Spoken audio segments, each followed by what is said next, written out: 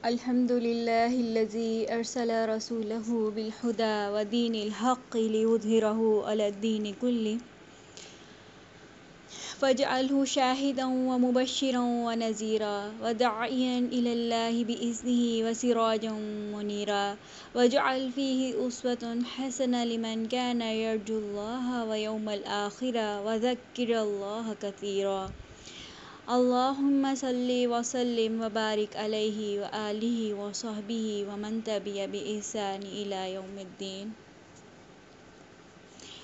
تمام تعریفیں رب کائنات کے لیے ہیں، جس سے ہماری ہدایت اور رہنمائی کے لیے ہمارے پیارے نبی صلی اللہ علیہ وسلم کو مبعوث فرمایا، اور لاکھوں درود اس عظیم پیغمبر داعی اعظم پر، جن کی لائی ہوئی ہدایت نے ہمیں زندگی گزارنے کا قرینہ اور راستہ بتایا اور ہمیں ہمارے رب سے ملوا دیا۔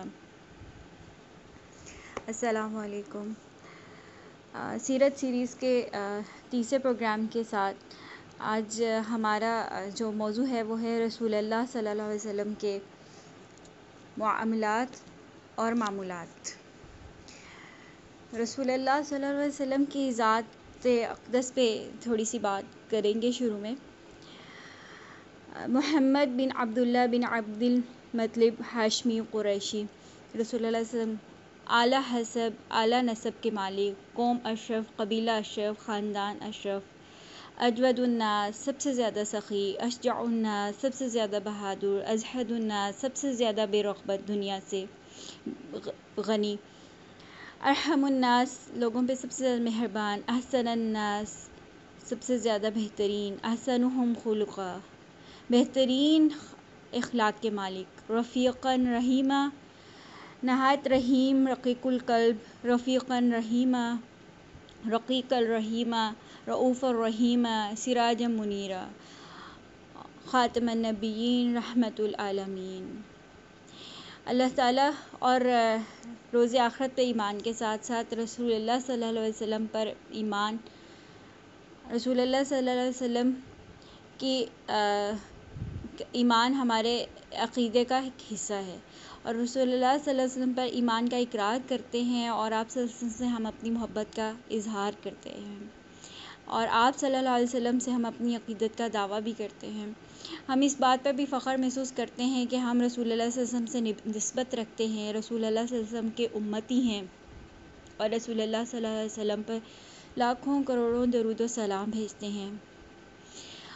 اور اس سارے اس میں لیکن جو سب سے زیادہ قابل غور بات یہ ہے کہ جس سے ہم سب سے زیادہ پیار کرتے ہیں، لاشعوری طور پہ ہم ان کے جیسا بننا پسند کرتے ہیں، ہم ان کے اطوار کو پسند کرتے ہیں، ان کی عادات کو پسند کرتے ہیں، ان کے اٹھنے بیٹھنے کو پسند کرتے ہیں، ان کی ڈریسنگ سینس کو پسند کرتے ہیں، ان کے لائف سٹائل کو پسند کرتے ہیں۔ تو جب ہم یہ دعویٰ کرتے ہیں کہ ہمیں رسول اللہ صلی اللہ علیہ وسلم سے محبت ہے، تو کیا ہم ایک لمحے کو رک کے اپنا جائزہ لیں کہ کیا ہم رسول اللہ صلی اللہ علیہ وسلم کی لائف سٹائل سے آگاہ ہیں؟ کیا ہم ان کے کلچر سے، ان کے ان کے ڈریسنگ سینس سے، اور ان کی ایٹنگ ہیبٹ سے، ان کی ہر چیز سے ہم آگاہ ہیں؟ کیا ہمیں معلوم ہے کہ رسول اللہ صلی اللہ علیہ وسلم کا طرز زندگی کیا تھا، ان کا لائف سٹائل کیا تھا، ان کے لوگوں کے ساتھ ڈیلنگ کیا تھی، ان کے معاملات لوگوں کے ساتھ کیا تھے، ان کا معاشرے میں اٹھنا بیٹھنا کیا تھا، ان کا اپنے رب کے ساتھ تعلق کیسا تھا، اور پھر ان کا کھانا پینا، اوڑھنا بچھونا، اور ان کے دن بھر کے سارے معمولات، ان کی روٹین لائف کیسی تھی؟ کیا ہم یہ سب جانتے ہیں؟ اور اگر ہم یہ جانتے ہیں تو کیا ہم اس پر عمل کرتے ہیں؟ ہم اس ساری روٹین کو، اس سارے کلچر کو، اس سارے طرز حیات کو، اس لائف سٹائل کو، اور وہ سارے ان کے کھانا پینا، اٹھنا بیٹھنا، چلنا پھرنا، لوگوں سے میل ملاقات، وہ ساری ان کی زندگی کو کیا ہم فالو کرتے ہیں؟ کیا ہم اس کی اتباع کرتے ہیں؟ کیا ہم اس کو اپنی زندگی کو ان کی زندگی کے سامنے ڈھالتے ہیں؟ رسول اللہ صلی اللہ علیہ وسلم کی زندگی کو ہم ایک آئینہ بنا کے ہم خود کو اس میں دیکھیں۔ تو آج ہم جو ہے نا خود کو دیکھیں گے انشاءاللہ، کچھ ایسی باتیں ہم رسول اللہ صلی اللہ علیہ وسلم کی زندگی میں جھانک کر دیکھیں گے، ایک جھلک رسول اللہ کی زندگی میں ڈالیں گے کہ ان کے معاملات کیسے تھے، ان کے معمولات کیسے تھے۔ اور چونکہ ایمان کی پہلی شرط کیا ہے؟ رسول اللہ صلی اللہ علیہ وسلم سے محبت، اور رسول اللہ صلی اللہ علیہ وسلم سے محبت اور ان کی اطاعت. اور اللہ تعالیٰ کی محبت ہمیں کیسے حاصل ہوگی؟ اللہ تعالیٰ کیا فرماتے ہیں سورہ آل عمران آیت نمبر 31 میں، قُلْ إِن كُنتُمْ تُحِبُّونَ اللَّهَ فَاتَّبِعُونِي يُحْبِبْكُمُ اللَّهُ. کہہ دیجئے کہ اگر تم اللہ سے محبت کرتے ہو تو میری اتباع کرو، تو اللہ بھی تم سے محبت کرے گا، اور آگے کہا کہ وہ تمہارے گناہوں کو بخش دے گا. اسی طرح سورہ نساء میں اللہ تعالیٰ آیت نمبر 80 میں کیا کہتے ہیں؟ مَن یُطِعِ اللَّهَ وَمَن یُطِعِ الرَّسُولَ فَقَدْ اطاع اللَّهَ. جس نے رسول کی اطاعت کی، رسول کی پیروی کی، اس نے گویا اللہ کی اطاعت کی، اللہ کی فرمانبرداری کی. اور سورہ نساء میں آیت نمبر 69 میں ہی اللہ تعالیٰ فرماتے ہیں مَن یُطِعِ اللَّهَ وَرَسُولَهُ فَأُولَٰئِکَ مَعَ الَّذِینَ أَنْعَمَ اللَّهُ عَلَیْہِم مِّنَ النَّبِیِّینَ وَالصِّدِّیقِینَ وَالشُّہَدَاءِ وَالصَّالِحِینَ وَحُسْنَ أُولَٰئِکَ رَفِیقًا. کہ جس نے اللہ اور اس کے رسول کی اطاعت کی تو یہی وہ لوگ ہیں جن پہ اللہ نے انعام کر دیا، اور وہ انبیاء اور صدیقین اور شہداء اور صالحین کے ساتھ ہوں گے، اور کیا ہی بہترین ساتھی ہیں. تو قیامت کے روز جو ہے ان لوگوں کے ساتھ اکٹھے ہوں گے. تو رسول اللہ صلی اللہ علیہ وسلم کی اتباع کرنا یا ان کی پیروی کرنا، ان کو فالو کرنا جو ہے ہمارے ایمان کا ایک ضروری جز ہے. اور رسول اللہ صلی اللہ علیہ وسلم اور اللہ تعالیٰ سے محبت کا جو اقرار یا دم ہم ہر وقت دھرتے ہیں، اس کا ایک ثبوت ہے کہ ہم ویسے ہی بن جائیں جیسے کہ رسول اللہ تھے. تو یہ تو اس کی اہمیت تھی. لیکن رسول اللہ صلی اللہ علیہ وسلم کیسی زندگی گزارتے تھے، سب سے پہلے تو ہمیں یہی دیکھنا ہوگا نا، یہی سب سے زیادہ ضروری چیز ہے. تو رسول اللہ صلی اللہ علیہ وسلم کا سب سے پہلے تو عبادات دیکھیے نا کہ کیسی تھی. رسول اللہ صلی اللہ علیہ وسلم جو ہیں وہ سب سے زیادہ ذکر کرنے والے تھے، کثرت سے ذکر کرنے والے تھے. کانا یذکر اللہ علی کل احیان، ہر وقت ہر لمحے اللہ تعالیٰ کی تذکیر، اللہ تعالیٰ کی تسبیح، اس کی تحمید بیان کرتے رہتے، تکبیر بیان کرتے رہتے. اور استغفار تو اتنی کثرت سے کرتے کہ صحابہ کرام خود کہتے کہ ایک دن میں 70 بار 100 بار استغفار کرتے تھے. وہ استغفار کی وہ کاؤنٹنگ جو صحابہ کرام ایک محفل میں رسول اللہ صلی اللہ علیہ وسلم کی کاؤنٹ کیا کرتے تھے. اور رسول اللہ صلی اللہ علیہ وسلم کثرت سے جو قول فرمایا کرتے، سبحان اللہ و بحمدہ، سبحان اللہ و بحمدہ، استغفر اللہ و اتوب الیہ. جب کسی بات پہ شدید پریشان ہو جاتے تو بھی اللہ کو یاد کرتے، یا حیو یا قیوم برحمتک استغیث. اور جب پریشانی اور بڑھ جاتی تو کہتے هو اللہ ربی لا اشرک بہ شیئا، اللہ ربی لا اشرک بہ شیئا. میں اپنے رب کے ساتھ کسی کو شریک نہیں ٹھہراتا، اللہ ہی میرا رب ہے. اور ان الفاظ سے انسان کو کیا تقویت ملتی ہے، اس کی کیا نفسیاتی سکون نصیب ہوتا ہے اس کو. کبھی پریشانی میں ان الفاظ کو ادا کیا ہو تو ہم اس بات کو سمجھ سکتے ہیں. اچھا، اور جب خوش ہوتے تو بھی اللہ ہی کی حمد فرماتے، اللہ کی تسبیح فرماتے. حضرت عائشہ رضی اللہ تعالیٰ عنہ سے روایت ہے کہ رسول اللہ صلی اللہ علیہ وسلم کسی بات پہ خوش ہوتے تو کہتے الحمدللہ الذی بنعمتہ تتم الصالحات، کہ اللہ کا شکر ہے جس کے فضل سے مجھے سب نعمتیں ملی. اور اگر کچھ چھن جاتا یا ناپسندیدہ صورتحال پیش آتی، کوئی ایسی ڈس لائک سچویشن سامنے آ جاتی تو بھی یہ کیا کہتے الحمدللہ علی کل حال، اللہ جس حال میں بھی رکھے تمام تعریفیں اسی کے لیے ہیں. تو کیا ہر معاملے میں، ہر لمحے میں، ہر خوشی میں، غمی میں، ہر کیفیت میں، ہر جذباتی کیفیت میں اللہ ہی کا ذکر کرتے. اور نماز تو رسول اللہ صلی اللہ علیہ وسلم نے کیا فرمایا کہ نماز میری آنکھوں کی ٹھنڈک. کہ کیا ہمیں احادیث سے کیا پتہ چلتا ہے کہ جب کبھی کوئی معاملہ پیش آ جاتا تو نماز کی طرف جلدی کرتے. اور پھر کیا کچھ معاملات طے کرنے ہیں تو استخارہ کی نماز پڑھ لیتے. کوئی پریشانی لاحق ہو گئی ہے صلاۃ الحاجات پڑھ لیتے. غمگین ہوئے تو قیام لمبا کر دیا. اور نماز اپنے وقت پر ادا کرتے تھے، اور رات کا ایک طویل حصہ قیام کرتے تھے. اور پھر دوران قیام قرآن مجید کی قرأت کو بہت ترتیل کے ساتھ لمبا لمبا کر کے ادا کرتے اور ہر آیت پر رکتے، کچھ آیات کو ریپیٹ کرتے، مثلا رحمت کی آیات کو ریپیٹ کر کے اللہ کی رحمت کا سوال کرتے، اور جب آیات عذاب آ جاتی تو روتے گڑ گڑاتے اللہ کے عذاب سے پناہ مانگتے، اور کچھ اتنا زیادہ قیام کرتے کہ پاؤں میں ورم آ جاتا تھا۔ تو صحابہ کرام نے پوچھا کہ اللہ کے رسول، آپ کے تو سب گناہ معاف کر دیے گئے ہیں نا؟ تو فرمایا کہ کیا میں اللہ کا شکر گزار بندہ نہ بنوں؟ ہاں، جب اجتماعی نماز ہوتی یعنی جماعت کے ساتھ نماز پڑھاتے لوگوں کو تو مختصر کر دیتے تھے، اور جب تنہائی میں پڑھتے تو طویل نماز پڑھتے۔ اور ہمارا کیا طرز عمل ہے کہ ہم لوگ تنہائی کی نماز اتنی طویل نہیں کرتے، اور جب ہم دیکھتے ہیں کہ ہم کچھ گیدرنگ میں پڑھ رہے ہیں، کوئی موجود ہے، تو پتہ نہیں کیسے شیطان ریاکاری کا عنصر لے آئے۔ اللہ تعالیٰ ہمیں اس چیز سے محفوظ رکھے۔ تو ہمیں یہ چیز دیکھنی ہے کہ کیا ہماری تنہائی کی نمازیں لمبی ہیں رسول اللہ صلی اللہ علیہ وسلم کی طرح، اور ہم لوگوں کی موجودگی میں جو نماز پڑھتے ہیں ہماری تنہائی کی نمازیں اس سے لمبی ہیں، اس سے بہتر ہیں، زیادہ خشوع و خضوع والی ہیں۔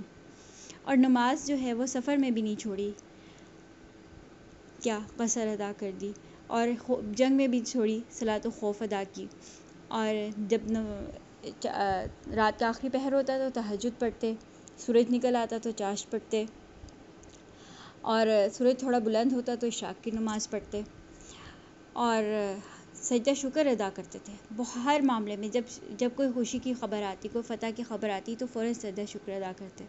اور ہمارا کیا طرز عمل ہے؟ ہم کتنی بار سجدہ شکر ادا کرتے ہیں؟ تو رسول اللہ صلی اللہ علیہ وسلم کے معاملات اور ان کے معمولات میں اس کا ایک آئینہ بنا کے، اس کا مرر بنا کے ہم اپنا امیج دیکھیں گے کہ ہم اس پہ پورے اترے ہیں، ہمیں اس آئینے میں اپنا امیج نظر آ رہا ہے۔ رسول اللہ صلی اللہ علیہ وسلم روزے بھی بہت کثرت سے رکھتے تھے، رمضان کے علاوہ شعبان میں کثرت سے روزے رکھے، یا ہمیں بیعت کے روزے رکھے ہر ماہ، یعنی ہر قمری ماہ میں 13، 14، 15 تاریخ کو، پھر ہر پیر و جمعرات کا دوامت سے روزے رکھے، محرم میں یوم عاشوراء کا روزہ رکھا، ذی الحج کا روزہ رکھا، شوال کے روزے رکھے، اور روزہ بھی جو ہے وہ کیسے ہوتا تھا رسول اللہ صلی اللہ علیہ وسلم کا نفلی روزہ؟ گھر میں تو کچھ کھانے کو ہوتا نہیں تھا، اکثر تو فاقے کی نوبت ہوتی تھی، اور کھجور سے روزہ رکھ لیتے، پانی کے گھونٹ سے رکھ لیتے، لسی سے رکھ لیتے، اور کھجور سے تناول کر اپنا روزہ جو ہے وہ افطار کھجور سے کرتے، خواہ وہ ایک ٹکڑا میسر آتا۔ اور پھر یہ کہ صدقہ خیرات بہت زیادہ کرتے تھے، اور رمضان میں تو بہت کثرت سے کرتے تھے۔ اور ایک حدیث کا مفہوم ہے کہ رسول اللہ صلی اللہ علیہ وسلم نے فرمایا کہ اگر میرے پاس احد کے پہاڑ کے برابر بھی سونا ہو تو میں پسند نہیں کروں گا کہ تیسرے روز اس میں سے میرے پاس کچھ بچا رہ جائے۔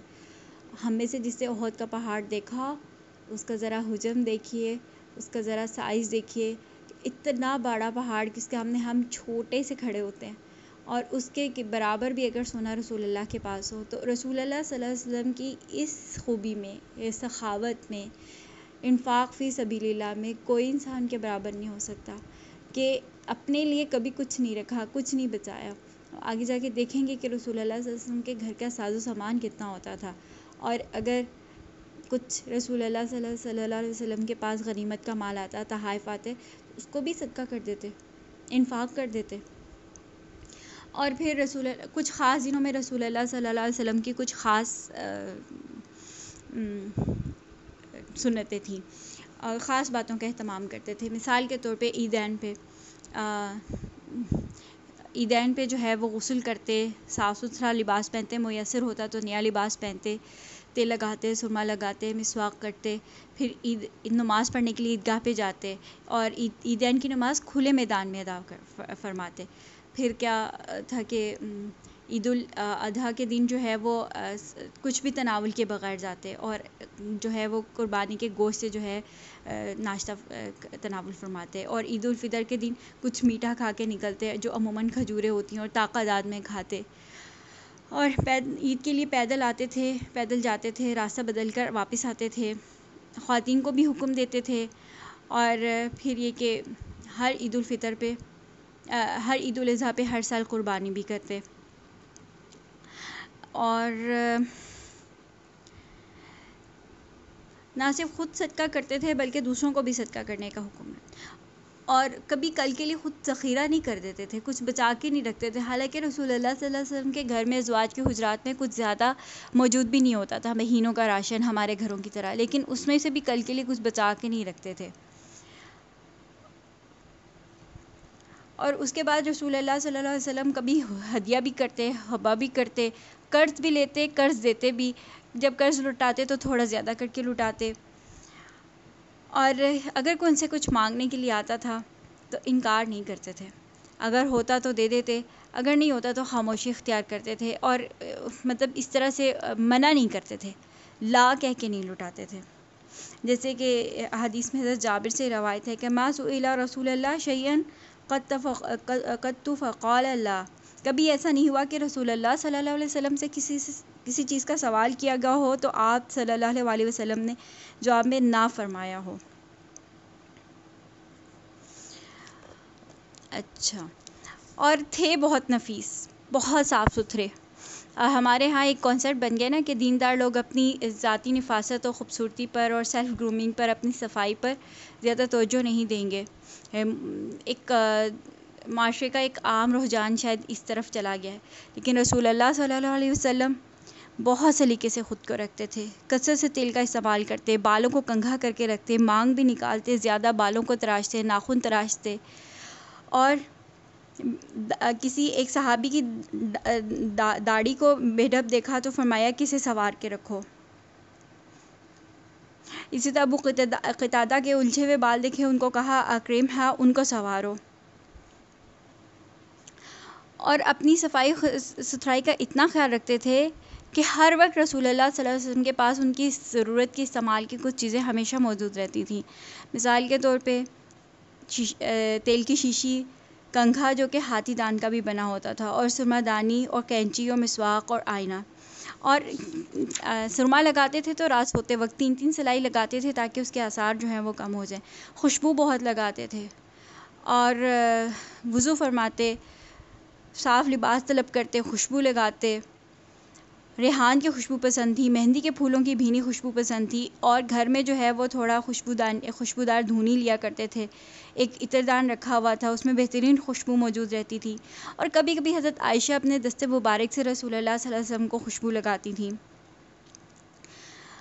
تو یہ رسول اللہ صلی اللہ علیہ وسلم کا جو ہے وہ اپنا کیسا تھا، ہمیشہ سفید لباس میں، زیادہ تر اکثریت میں سفید لباس پہنتے، اور بہت صاف ستھرا لباس رکھتے، اور یہ ان کا جو ہے وہ ڈریسنگ سینس تھا، صاف ستھرا، خوبصورت۔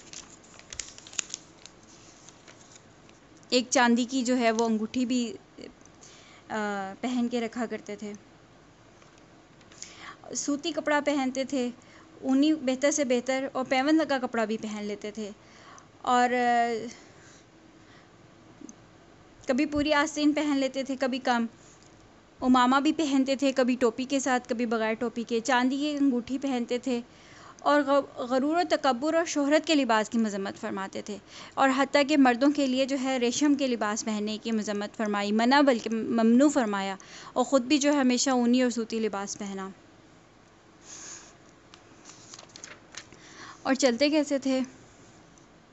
اذا مشى لم يلتفت، جب چلتے تھے تو پیچھے مڑ کر نہیں دیکھتے تھے، بہت باوقار چال چلتے تھے، پر عظمت، باوقار، شرافت اور احساس ذمہ داری کی ترجمان۔ انسان اپنی چال ڈھال سے پہچانا جاتا ہے نا، اس کی چال اس کو بتاتی ہے کہ وہ کس قماش کا انسان ہے۔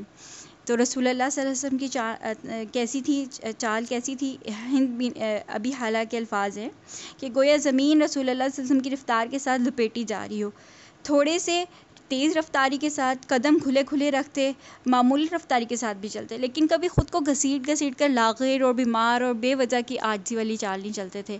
زمین پہ پاؤں ایسے جما کے چلتے تھے کہ گویا وہ کسی ڈھلوان سے نیچے اتر رہے ہوں۔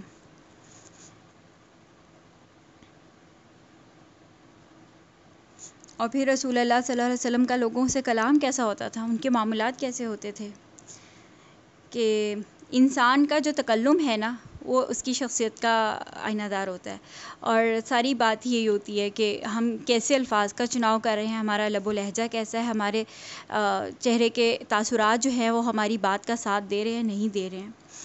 رسول اللہ صلی اللہ علیہ وسلم جس نبوت کے منصب اور اس کی ذمہ داریوں پر فائز ہے، اور جو داعی اللہ کی ذمہ داری ان کے اوپر تھی، تو رسول اللہ صلی اللہ علیہ وسلم کا جو کلام تھا، ان کا طرز کلام، ان کا تکلم، ان کی خطابت، وہ ان کی شخصیت پہ پورا اترتا تھا. مطلب رسول اللہ صلی اللہ علیہ وسلم کی یہی خوبیاں، ان کے بات کرنے کا انداز، ان کا تکلم، ان کی خطابت ہی ان کی منصب رسالت کو پورا کر رہی تھی، ان کی ذمہ داری کو پورا کر رہی تھی. جیسے رسول اللہ صلی اللہ علیہ وسلم بہت لمبی چوڑی بات نہیں کرتے تھے، بہت مختصر بات کرتے تھے، ٹھہر ٹھہر کے بات کرتے، ایک بات کو 3 مرتبہ میں ادا کرتے تھے، اور جو بات کر رہے ہوتے تھے اس کے تاثرات جو ہے وہ چہرے پر آ رہے ہوتے تھے، اور آپ کی بات میں زیادہ سے زیادہ اللہ تعالیٰ کا ذکر ہوتا تھا. کانا یکثر الذکر یقل اللغو، کثرت سے اللہ کا ذکر کرتے تھے اور لغو باتوں سے کم بے لغو اور بیکار باتوں سے گریز کرتے تھے. اور جب کبھی بات کرتے تھے تو سمجھانے کے لیے ٹھہر ٹھہر کے آرام سے 3 بار دہرا کے بات کرتے. اور خود رسول اللہ صلی اللہ علیہ وسلم نے خود اپنے لیے فرمایا تھا کہ اوتیت بجوامع الکلم، کہ مجھے جو ہے وہ جوامع کلام دیا گیا. جوامع کلم کیا ہے، جوامع الکلام کیا ہے؟ کہ وہ مختصر ترین کلمے جو چھوٹی سے 2 یا 3 الفاظ میں پوری بات کو لپیٹ کے رکھ دیں. مثال کے طور پر اسلم تسلم، اسلام لاؤ تو سلامتی پاؤ. من لا یرحم لا یرحم، لیس للعامل من عملہ الا ما نواہ، انما الاعمال بالنیات. اس طرح کی کچھ، جیسے کہ ترک الشر صدقہ، برائی سے باز آ جانا بھی صدقہ ہے. کل ذی نعمت محسود، ہر نعمت پانے والا حسد کیا جاتا ہے. چھوٹی چھوٹی باتوں میں ایک لمبی بات. جیسے کہ ایک مرتبہ رسول اللہ صلی اللہ علیہ وسلم سے دریافت کیا گیا کہ انسانوں کو دوزخ میں پہنچانے کے موجبات زیادہ تر کیا ہیں. اب دیکھیں تو ہم اگر کوئی آپ سے خود سے پوچھے تو ہم وہ برائیوں کی ایک لمبی لسٹ لگا دیں گے، اور یہ بھی اور یہ بھی اور یہ بھی. لیکن رسول اللہ صلی اللہ علیہ وسلم نے کیا جواب دیا؟ الفم والفرج، یعنی دہن، منہ اور شرم کا، یہ 2 باتیں. یعنی دہن سے اشارہ تھا کہ انسان کا کلام اور اس کا طعام اس کو جہنم میں لے جانے کا موجب بن سکتا ہے، اور شرمگاہ سے اشارہ جو تھا وہ جنسی خواہشات، ناجائز جنسی خواہشات کی طرف سے تھا. تو یہ تو رسول اللہ صلی اللہ علیہ وسلم کے طرز کلام کے بہت تھوڑی گفتگو کرتے، کسی کی عیب جوئی نہیں کرتے تھے، تجسس نہیں کرتے تھے، اندرونی باتوں کی ٹوہ نہیں لیتے تھے، تانا نہیں دیتے تھے. اور رسول اللہ صلی اللہ علیہ وسلم کو بہت زیادہ سوال کرنے اور یہ کیل اور کال اس طرح کی بھی اسے وہ نہیں تھی، رغبت نہیں تھی، اور بہت مختصر بات کرتے جس سے بہت زیادہ بڑا نتیجہ نکلتا تھا. اور رسول اللہ صلی اللہ علیہ وسلم کا انداز گفتگو کیا تھا کہ مفسرین کہتے ہیں، محدثین کہتے ہیں کہ قرآن مجید کی صرف وہ ایک آیت قولوا للناس حسنا، رسول اللہ صلی اللہ علیہ وسلم اس آیت کا پیکر تھے کہ لوگوں سے سیدھی بات کرتے، اچھی بات کرتے، حسن کلام، اور بناوٹی باتیں نہیں کرتے تھے. اور خود رسول اللہ صلی اللہ علیہ وسلم نے کیا فرمایا کہ تم میں سے قیامت کے روز وہ لوگ مجھ سے انتہائی دوری پر ہوں گے جو بڑے بولنے والے، باتونی اور گھمنڈ اور جتانے والے ہوں گے. اسی طرح جو ہے رسول اللہ صلی اللہ علیہ وسلم نے وعظ اور تقریر سے کثرت سے اجتناب کیا، اور وعظ نہیں فرماتے تھے، مختصر گفتگو کرتے اور بہت نرم لہجے میں کرتے. اگر کبھی کبھی خطاب کیا تو کیسے کیا کہ مسجد میں خطاب فرماتے تو چھڑی پہ سہارا لے لیتے، میدان جنگ میں تقریر فرمانا ہوتی تو کمان پہ ٹیک لگا لیتے، کبھی سواری پر سوار ہو کے، کبھی پیدل، کبھی پہاڑی پر سوار ہو کے، کبھی درخت کی تنے سے ٹیک لگا کر. اور جب خطاب کرتے تھے تو دائیں اور بائیں ان کا جسم جھوم جاتا تھا. اپنے ہاتھوں کو حسب ضرورت حرکت بھی دیتے تھے. اور کبھی کبھی تقریر یا خطاب کرتے وہ کیا فرماتے تھے؟ والذی نفسی بیدہ والذی نفس محمد بیدہ، قسم ہے اس ذات کی جس کے قبضے میں میری جان ہے، قسم ہے اس ذات کی جس کے ہاتھ میں محمد کی جان ہے. اور پھر یہ کہ جو رسول اللہ صلی اللہ علیہ وسلم اپنے الفاظ میں بول رہے ہوتے تھے نا، اس کے حقیقی تاثرات ان کے چہرے پر آ رہے ہوتے تھے، یعنی دل کی کیفیت چہرے پر آ رہی ہوتی تھی، اور ان کے چہرے کی ہی کیفیت ایسی ہوتی تھی جس کا سامعین پہ بہت زیادہ اثر ہو رہا ہوتا تھا، دیکھنے والوں پر بہت زیادہ اثر ہو رہا ہوتا تھا۔ اور تاریخ میں ہمیں ایسے بہت سارے واقعات ملتے ہیں، ہم ان کو ڈسکس تو نہیں کر سکتے اس مختصر سے وقت میں، کیونکہ ٹاپک تو ہمارا ماشاءاللہ بہت ہی وہ ہے کہ رسول اللہ صلی اللہ علیہ وسلم کے معمولات اور ان کی معاملات، ان کی سنتوں کے روزمرہ کی روٹین لائف کو اگر دیکھنے بیٹھیں تو بہت ہی وقت لگ جائے۔ بہت مختصر طریقے سے ہم اس کا وہ کریں گے احاطہ۔ اور پھر رسول اللہ صلی اللہ علیہ وسلم کی خوشی اور ناراضگی بھی ان کے چہرے پہ عیاں ہوتی، جب بہت خوش مزاج تھے، جب خوش ہوتے تھے تو چہرہ چودھویں کی چاند کی طرح چمکتا تھا، جب ناراض ہوتے تھے تو چہرہ مبارک پہ ناراضگی کے اظہار ہوتے تھے، اور یہ ان کی جو ہے نا صاف گوئی یا ان کا شفاف ہونا کہ جو اندر کیفیت تھی وہ باہر تھی۔ تو ہم جو ہے نا اس چیز کو کوالٹی سمجھتے ہیں کہ ہم ماسکنگ کر لیں، ہم اپنی کیفیت کو چھپا لیں۔ That's not like the prophets سننا، کہ رسول اللہ صلی اللہ علیہ وسلم کی سنت ایسی نہیں تھی۔ اور پھر کیا کہ جب شدید خوشی میں ہوئے تو کہے نہیں لگائے، لیکن تبسم بعض معاملات واقعات میں ہمیں ملتا ہے کہ تبسم اتنا زیادہ فرمایا، اتنا زیادہ مسکرائے کہ ضواحک کے دانے بھی نظر آنے لگ گئے، اور جب غمگین ہوئے تو آنسو بہائے، لیکن بین نہیں کیا، واویلا نہیں مچایا، چیخو پکار نہیں کی، آنکھیں اشک بار ہو جاتی تھیں، روتے تھے، اور کبھی کبھی تو ایسے اندر سے وہ دیگچی کے ابلنے جیسی آواز، سینے سے گھٹی گھٹی آواز آتی تھی، یعنی ہچکیاں روکنے کی آواز آتی تھی، سسکیاں لینے کی آواز آتی تھی، لیکن آواز بلند نہیں ہو پاتی تھی۔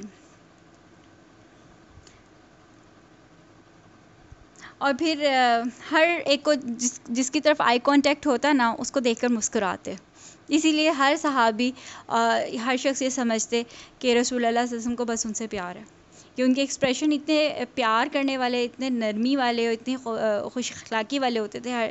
حضرت جریر کہتے ہیں کہ آپ صلی اللہ علیہ وسلم نے مجھے اپنے پاس آنے سے کبھی نہیں روکا، اور کبھی ایسا نہیں ہوا کہ میں نے آپ کو دیکھا اور آپ صلی اللہ علیہ وسلم مجھے دیکھ کے مسکرائے نہ ہوں۔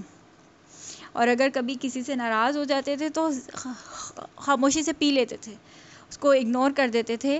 ہاں اگر بہت ہوا تو کیا کہتے، ما لہو تربت جبینی، اسے کیا ہو گیا، اس کی پیشانی خاک آلود ہو، تو پیشانی خاک آلود ہو، نعوذ باللہ، یہ کوئی وہ قطعاً اس کا مطلب یہ کوئی لعنت ملامت نہیں ہے، بلکہ اس کا مطلب یہ کہ وہ زیادہ سجدے کرے، کہ اگر کچھ ایسی برائی دیکھ لی کسی میں تو اس کے لیے ایک طرح سے دعا دی نا کہ اسے کیا ہو گیا، کہ وہ زیادہ سجدے کرے۔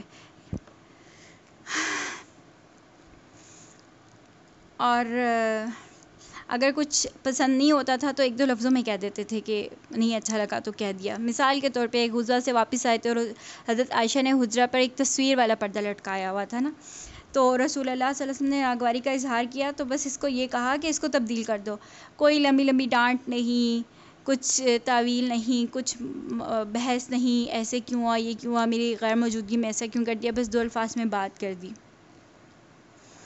اور پھر اگر کسی سے ملاقات کرنے کے لیے جاتے تھے تو دروازے پہ کھڑے ہوتے تھے، دروازے پہ کھڑے ہو کر 3 بار اپنے اندر آنے کی اطلاع دیتے اور اجازت لینے کے لیے 3 مرتبہ سلام کرتے تھے۔ اگر جواب نہیں ملتا تھا تو بغیر کسی احساس سے تقدر کے واپس چلے آتے تھے۔ اور اگر کبھی رات کے وقت کسی سے ملاقات کرنے گئے ہیں تو کیا ایٹیکیٹ تھے رسول اللہ صلی اللہ علیہ وسلم کے، کہ ایسی ہلکی آواز میں سلام کیا کہ جاگ رہا ہے تو سن لے، اگر سو رہا ہے تو نیند جو ہے وہ ڈسٹرب نہ ہو۔ ہمارا کیا طرز عمل ہوتا ہے، اگر ہم کسی کے یہاں ملاقات کرنے کے لیے گئے تو ڈور بیل پہ ڈور بیل، اور اگر وہ لوگ ڈور بیل پہ ہمیں نہیں رسپانس کرے تو موبائل فون پہ، اور موبائل فون پہ کالز کر رہے ہیں، اور کبھی ہم ان اوقات کا بھی خیال نہیں کرتے جو ہمیں سورہ نور میں بتائے گئے ہیں۔ اور رسول اللہ صلی اللہ علیہ وسلم کا اسوہ کیا تھا ابھی ہم نے دیکھ لیا۔ اور کچھ ناپسندیدہ باتیں ہوتی تھیں تو اعراض فرماتے، اور لیکن اگر کبھی گرفت کی کسی پہ تو براہ راست نام لے کر نہیں، بلکہ ہمیں بہت ساری حدیث میں ملتا ہے نا کہ رسول اللہ صلی اللہ علیہ وسلم نے ایسے فرمایا، لوگوں کو کیا ہو گیا، تو نام نہیں لیا، بھری محفل میں کسی کو شرمندہ نہیں کیا نا۔ اور اگر کوئی ناپسندیدہ شخص بھی آیا تو اس سے بھی خندہ پیشانی سے ملے، بہت زیادہ خوش اخلاقی کے ساتھ. حضرت ایک مرتبہ ایک شخص آیا جس کو رسول اللہ صلی اللہ علیہ وسلم جو ہے وہ اپنے گروہ کا برا آدمی سمجھتے تھے، تو بڑا خوش اخلاقی سے اسے ملے، اس کو مکمل وقت دیا، بے تکلفی سے بات چیت کی. حضرت عائشہ کو جب تعجب ہوا تو فرمایا کہ قیامت کے دن، قسم ہے خدا کی، قیامت کے دن خدا کے حضور وہ شخص بدترین آدمی کا مقام پائے گا جس سے لوگ اس کی بدسلوکی کے ڈر کی وجہ سے ملنا چھوڑ دیں. اللہ اللہ. اور اگر کبھی کسی مجلس میں جاتے تھے تو اس امر کو ناپسند کرتے تھے کہ ان کی تعظیم میں کھڑے ہوا جائے. ہاں لیکن جب دیکھتے کہ کوئی خاص بندہ آیا تو اس کے لیے کھڑے ہوتے، اس کے لیے اپنی چادر بچھاتے، جب تک وہ موجود ہوتا اس کی طرف متوجہ رہتے. یعنی اپنی مجلس میں بھی رسول اللہ صلی اللہ علیہ وسلم کا کیا تھا کہ کچھ ڈومیننٹ پوزیشن نہیں تھی، کبھی زانو آگے نکال کے نہیں بیٹھے تھے، گھٹنے آگے نکال کے پرومیننٹ ہو کر نہیں بیٹھے تھے، کبھی صحابہ کرام کو اپنی تعظیم میں کھڑا نہیں کیا.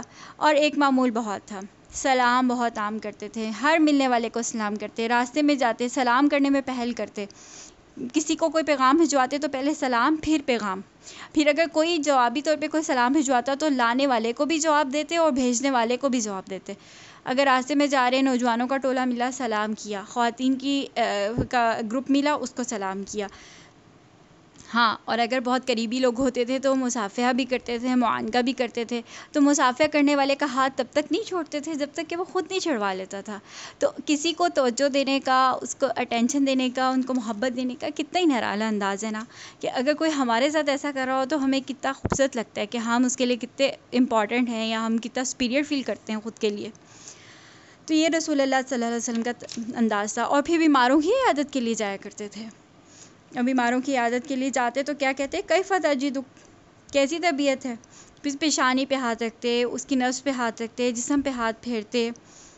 اور اگر کچھ وہ بیمار خواہش کا اظہار کرتا اس کی خواہش پوری کر دیتے. اور امید کیا دلاتے تھے، لا باس طہور انشاءاللہ، جلد صحت مند ہو جاؤ گے انشاءاللہ، فکر کی کوئی بات نہیں. تو کیا اپنے مشرک چچاؤں کی بھی بیمار پرسی کی، یہودیوں کے بچوں کی بھی بیمار پرسی کی، اور یہاں تک کہ منافقین کے لیڈر عبداللہ بن ابئی کی بھی عیادت کرنے کے لیے گئے. اور ہم لوگ تو ہیں وہ صرف میسیجز پہ اور کالز پہ ہی کام چلا لیتے ہیں نا. تو دیکھیے کہ ہم لوگ کیا کرنے والے ہیں. اور جب کسی کی وفات ہو جاتی یا کسی کا عالم نزا ہوتا اور بلایا جاتا تو خود پہنچ جاتے یا اطلاع کے بغیر بھی پہنچ جاتے اور اسے توحید کی طرف توجہ اللہ کی تلقین کرتے. پھر میت کے لاحقین کو صبر کی تلقین کرتے، ہمدردی کا اظہار فرماتے، چلانے سے، چیخ و بکا کرنے سے، نوحہ کرنے سے روکتے. اور کہا کہ سفید کپڑوں میں اچھا سا کفن دو، اور تجہیز و تکفین میں جلدی کراتے، جنازہ خود اٹھاتے، مسلمانوں کا جنازے خود پڑھائے رسول اللہ صلی اللہ علیہ وسلم کے.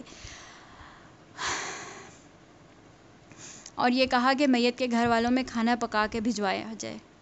تو یہ ساری وہ سنتیں ہیں جو پتہ نہیں کیوں آہستہ آہستہ متروک ہوتی جا رہی ہیں ہمارے طرز زندگی سے، ہمارے عمل سے.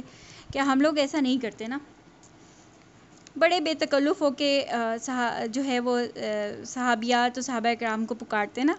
جیسے کہ حضرت ابو ہریرہ کو ابا ہریرہ کہنے کے بجائے اباہر کہہ دیتے. حضرت انس بن مالک کو کیا کہتے ہیں، یا ذوالأذنین. یا یہ کہ حضرت عائشہ کو لاڈ سے کبھی عائش کہہ کے بھی پکارتے. اور بچوں سے بہت پیار کرتے، اور بچوں پیار کرتے، ان کو گود میں لیتے، ان کو بوسہ دیتے. اور بچوں کو بوسہ دیتے ہوئے کیا فرماتے، انہم لمن ریحان اللہ، اللہ کے باغ کے پھول ہیں. اور بچوں کے نام بھی تجویز کرتے ہیں، ان کے درمیان دوڑے بھی لگواتے، بچوں کے ان کے لیول پہ جا کے بات کرتے، ان کو کھیلنے کے لیے منہ سے عجیب و غریب قسم کی آوازیں بھی نکالتے نا. اور جو ہے وہ چل رہے ہوتے ہیں، کوئی بچہ نظر آتا ہے اس کو سواری پہ بٹھا لیتے تھے. اور ایون جب اپنی محفل میں کھانا کھانے کی روایت میں بھی ملتا ہے نا کہ دائیں ہاتھ سے ہمیشہ پیالہ شروع کرتے. ایک محفل میں اگر کھانا پینا ہوتا اور دائیں طرف کوئی بچہ بیٹھا ہوتا تو اسی کو دینا پسند فرماتے. اور پھر رسول اللہ صلی اللہ علیہ وسلم کے گھر کا ماحول کیسا تھا؟ رسول اللہ صلی اللہ علیہ وسلم کا گھر کا ماحول نا بہت ہلکا پھلکا اور خوبصورت اور کوئی یہ نہیں کہہ سکتا تھا کہ یہ جو ہے ایک داعی اعظم ہیں اور امت کے رسول ہیں اور منصب رسالت میں ہیں، اور یہ باہر جو ہیں اتنے مشرکین اور منافقین کی جو ہے مخالفت برداشت کر رہے ہیں ان کا گھر، یعنی کہ میں یہ سمجھانا چاہ رہی ہوں کہ تصویر کے دو رخ نہیں تھے۔ حضرت عائشہ سے جب پوچھا گیا نا کہ رسول اللہ صلی اللہ علیہ وسلم کیا کرتے تھے گھر میں، تو انہوں نے کہا کہ وہ اپنے گھر کے عام آدمیوں میں سے بھی ایک آدمی تھے۔ گھر میں کیا کرتے تھے؟ جیسا کہ وہ گھر کے باہر ایک عام آدمی سے، اس طرح سے گھر میں آدمیوں میں سے ایک آدمی تھے۔ اپنے کپڑوں کی دیکھ بھال خود کر لیتے تھے، بکری کا دودھ دھو لیتے تھے، ضرورتیں پوری کر لیتے تھے، کپڑوں کو پیون لگا لیتے تھے، جوتے کی مروت کر لیتے تھے، اپنے چرمی ڈول کو ٹانکے لگا لیتے تھے، جانوروں کو چارہ ڈال لیتے تھے، خادم ہوتا اس کے ساتھ مل کے کام کرتے، آٹا پسواتے، کھانا پکواتے، کبھی اکیلے مشقت کرتے، بازاروں میں بھی جاتے۔ اور پھر لوگوں نے پوچھا کہ رسول اللہ جب گھر میں ہوتے تھے تو ان کا رنگ کیسا ہوتا ہے؟ تو حضرت عائشہ نے کیا فرمایا کہ الین الناس بصامن ضاحکا، سب سے زیادہ نرم خو، لوگوں میں سب سے زیادہ نرم خو، سب سے زیادہ مسکرانے والے اور سب سے زیادہ تبسم فرمانے والے، اور یہ کہ ان کی نرمی کی انتہا کیا کہ کبھی کسی کو جھڑکا نہیں تھا، اور رسول اللہ صلی اللہ علیہ وسلم سے بڑھ کے اپنے گھر والوں کے لیے کوئی اور شفیق نہیں ہو سکتا۔ اور حضرت امام حسین نے جب ایک بار حضرت علی سے پوچھا کہ رسول اللہ کا کیا معمول ہوتا تھا روزمرہ کا، تو کہا کہ اپنے گھر میں آتے تو 3 طرح کی مصروفیتوں میں وقت صرف کرتے ہیں، اللہ کی عبادت میں، اور کچھ اہل و عیال کے لیے، پھر کچھ اپنے آرام کے لیے۔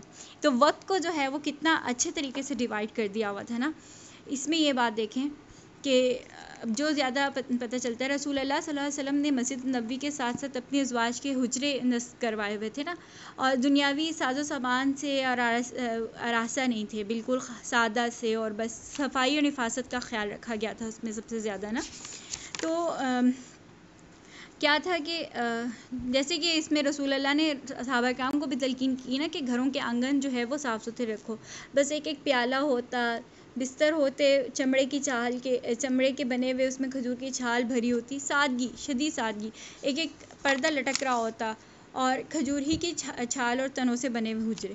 عصر کے بعد رسول اللہ صلی اللہ علیہ وسلم اپنے گھر جن صحابیہ یا امہات المومنین میں سے جس ام المؤمنین کی اس دن ڈیوٹی ہوتی تھی، مطلب یہ ان کی بھاری ہوتی تھی، تو ان کے حجرہ میں تشریف لے جاتے تھے، اور جب ان کے روم میں تشریف لے جاتے تو باقی صحابیات وہاں آ جاتی، وہاں درس و تدریس کا کام ہوتا تھا، انہیں سکھایا جاتا، اور رسول اللہ صلی اللہ علیہ وسلم کی جو ازواج تھیں اور ان کے جو حجرے تھے وہ کوئی عام بیویاں اور عام گھر نہیں تھے، عام حجرے نہیں تھے، بلکہ وہ پوری امت کی درسگاہیں تھیں۔ ہمیں بہت سارے معاملات، بہت ساری تعلیمات ہمیں ان حجروں سے ملی ہیں۔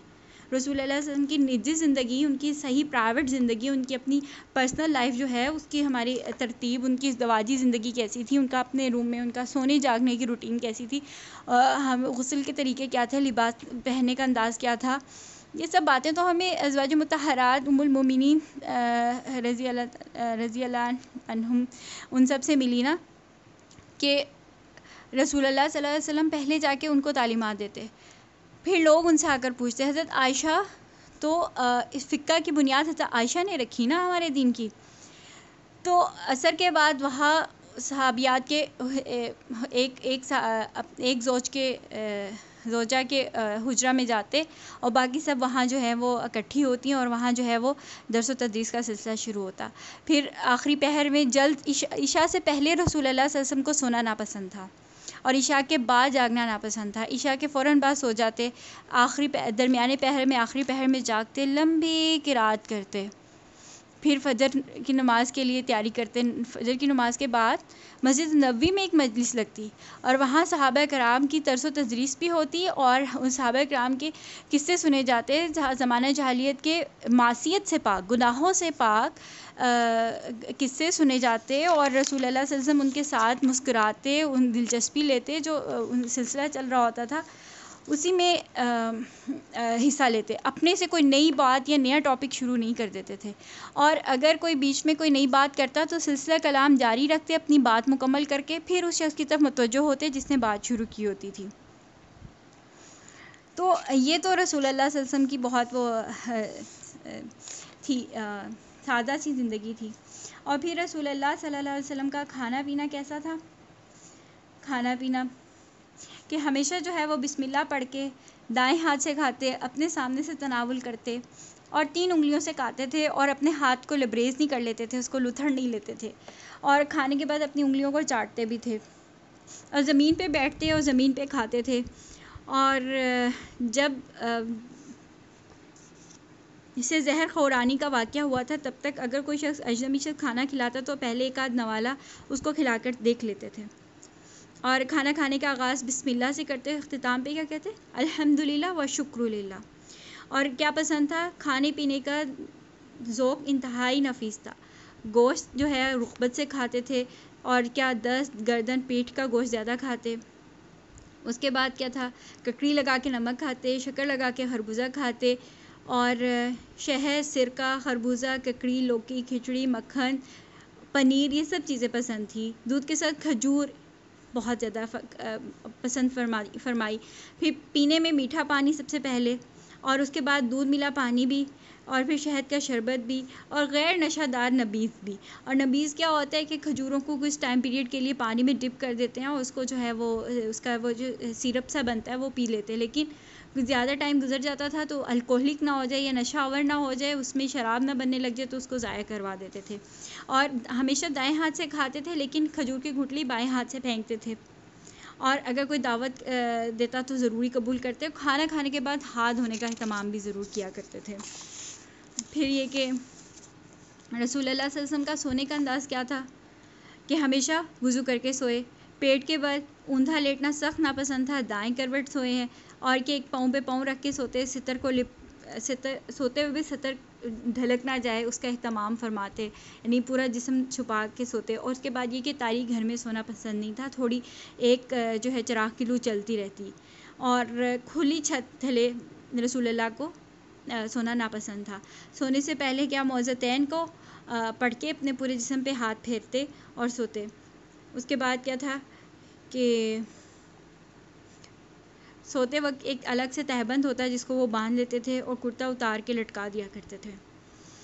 اس کے بعد کبھی بیت الخلاء کے لیے جانا پڑتا تو 2 میل دور جایا کرتے جنگلات میں، اور زمین کے بالکل قریب ہو کر بیٹھتے، اور چکنی زمین کو دیکھتے کہ اس میں چھینٹے نہ اڑیں۔ اپنی طہارت کا بہت زیادہ خیال رکھا۔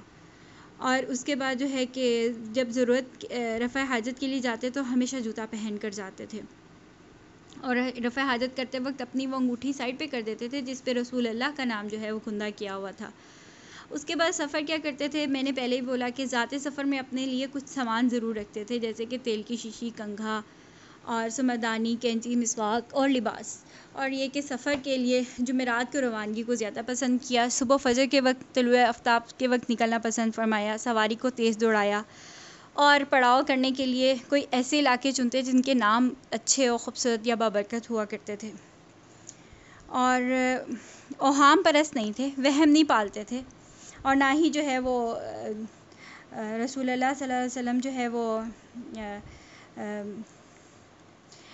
اس طرح سے قرآن نکالا کرتے تھے، اور سفر میں اپنی ازواج میں سے کسی ایک کو تو ساتھ لے کر جاتے تھے باری باری۔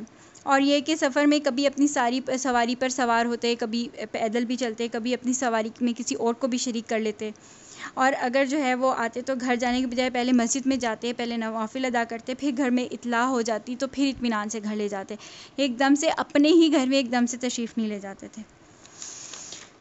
رسول اللہ صلی اللہ علیہ وسلم جو ہیں وہ جذبات کے گندے ہوئے انسان تھے، اور جذبات جو تھے وہ چہرے پہ عیاں ہوتے تھے، جیسے جو بات کر رہے ہوتے تھے یا ان کے اندر جو چل رہا ہوتا تھا۔ تو ہمارا تو یہ ہوتا ہے نا کہ جو دیندار بندے ہیں ان کے اندر تو کوئی جذبات ہی نہیں ہیں، بڑے کٹر قسم کے، سخت قسم کے، اور سخت دل اور کرخت سا چہرہ، اس طرح کا۔ رسول اللہ صلی اللہ علیہ وسلم کا چہرے پہ بھی نرمی تھی، مزاج میں بھی نرمی تھی، اور جذبات میں بھی بہت نرمی تھی، اور جب خوش ہوتے تھے تو خوشی کا پتہ چلتا، اور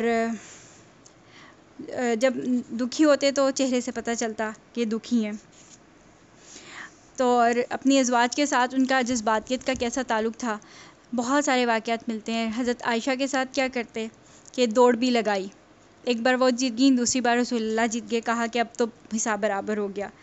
پھر کیا کہ انصار کی بچیوں کو بلواتے اور کہتے کہ حضرت عائشہ کے ان کے ساتھ کھیلیں۔ عید کے دن انصار کی بچیوں کو بلوایا کہ وہ خوشی کے گیت گائیں، دف کے ساتھ.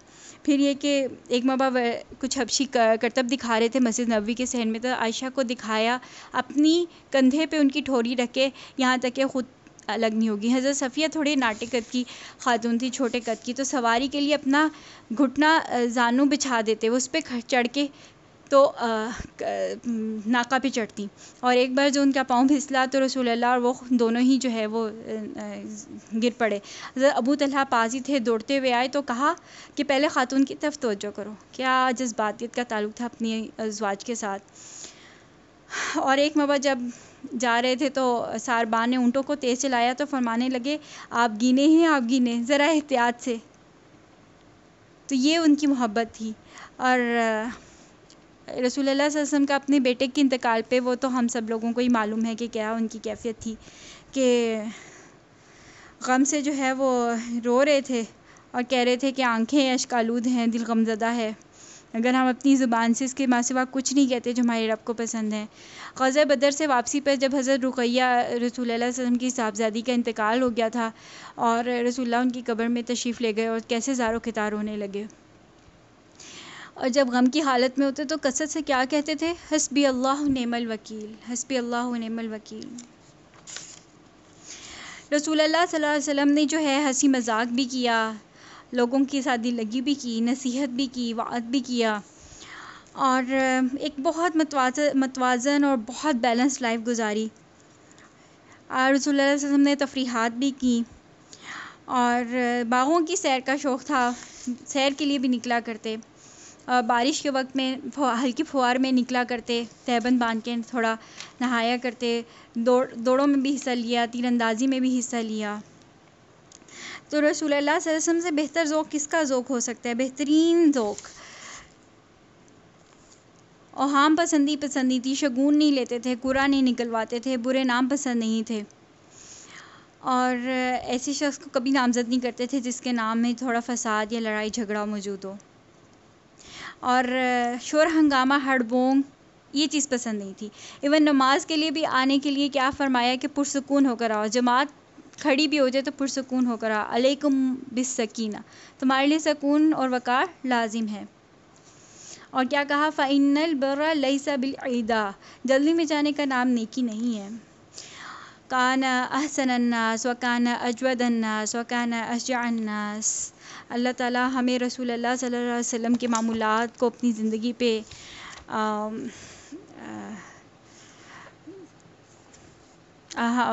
پہ اپلائی کرنے کی توفیق دے اور ان ساری سنتوں پر عمل کرنے کی توفیق دے. اللہ کرے ہم کوئی بھی سنت ضائع کرنے والے نہ ہوں. حضرت سیدنا انس سے ہی روایت ہے کہ وہ کہتے ہیں رسول اللہ صلی اللہ علیہ وسلم نے فرمایا من راغب عن سنتی فلیس منی، کس نے میری ایک سنت سے بھی رغبت منہ پھیرا یا رغبت اختیار کی تو وہ مجھ میں سے نہیں. تو اللہ نہ کرے کہ ہم بہت ساری سنتوں میں سے کسی ایک سنت کو بھی روغدانی کرنے والے ہوں. اللہ تعالیٰ رسول اللہ صلی اللہ علیہ وسلم کی میت میں ہمیں جو ہے قیامت کے دن اکٹھا کرے. جزاک اللہ خیر. السلام علیکم.